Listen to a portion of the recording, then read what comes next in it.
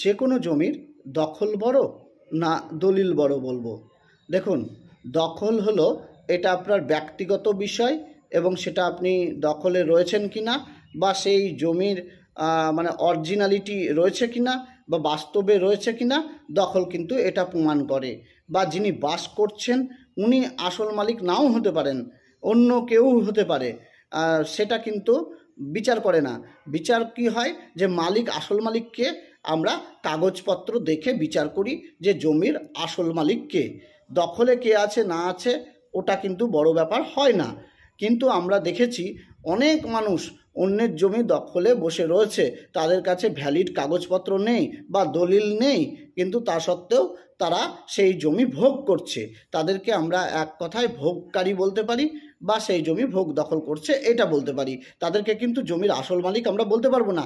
জমির আসল মালিক তাকেই বলবো যাদের কাছে একেবারে রেজিস্ট্রেশনকৃত দলিল রয়েছে এবং যারা স্ট্যাম্প ডিউটি রেজিস্ট্রেশন ফিস দিয়ে একেবারে রেজিস্ট্রি অফিসে মানে নথিবদ্ধ করে রয়েছে, তাদেরকে আমরা কিন্তু আসল মালিক বলবো। সুতরাং এইটা কিন্তু মনে রাখবেন, যিনি জমিটা ভোগ দখল করছে তাকে কিন্তু আসল মালিক বলা যায় না, শুধুমাত্র ভোগ দখলকারী।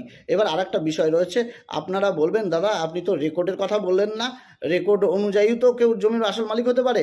হ্যাঁ হতে পারে, রেকর্ড অনুযায়ীও হতে পারে, সেটা কিন্তু ওয়ারিশ সূত্রে হতে পারে বা অন্য সূত্রেও হতে পারে, কিন্তু ওয়ারিশ সূত্রটা 99% রেকর্ড অনুযায়ী হয় এটা। আর কিন্তু দলিল যেটা বললাম, দলিল কিন্তু কথা বলে ভাই।